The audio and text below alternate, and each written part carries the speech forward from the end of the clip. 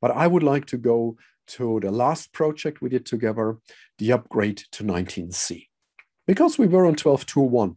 And by the time I called it Project 2020, by the time we had now over 2,000 PDBs, the goal was we go from 12.2.1 to 19C. We have still limited the number of PDBs in production environments to 50, but in test and dev, we go up to 150. The constraints, we are a little bit CPU resource limited. So when we upgrade one of the CDBs, we can't take all the resources on the system because there are still production environments running as well. So the solution was we take CDB after CDB and upgrade everything at once. One DBA covers 1 to 2 CDB upgrades, and then once done, the next takes over. It's a small team, as I told you. And adopt AutoUpgrade. Yes, Mobiliar was again one of our leading beta testers of AutoUpgrade, and they tested it and used it, of course, not only tested it, but also used it in their production environments.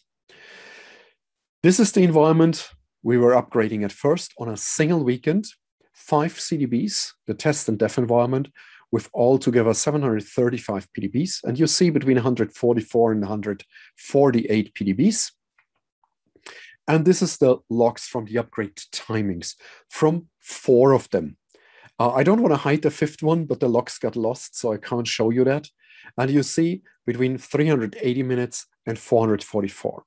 So for each database, you get such a summary when you use AutoUpgrade.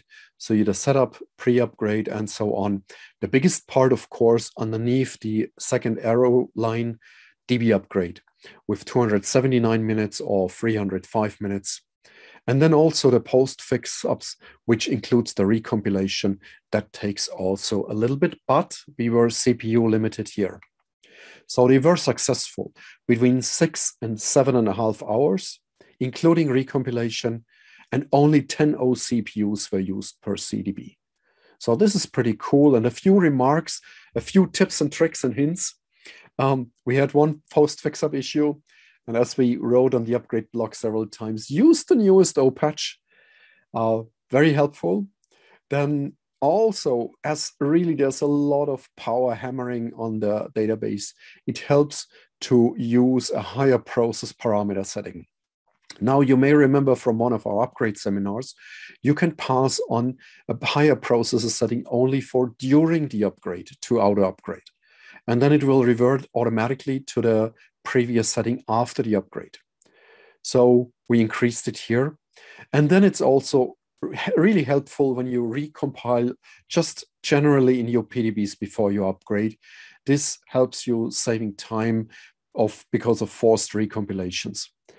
If you want to read a full story, again, this is the link to the Mobiliar blog. It's in English, of course, so you can read the entire story completely unmasked and transparent. And I think it's a fantastic success. So last words here for Alain Fourer. Alain is the head of IT database services at Mobiliar Insurance. And we upgraded 735 databases, pluggable databases in this case, on a weekend. And the task was mostly really relaxed. Start AutoUpgrade tool, monitor the progress from time to time. And sitting in front of the screen is really not necessary. So great team, great effort, cool customer, really stepping forward. You should do the same thing.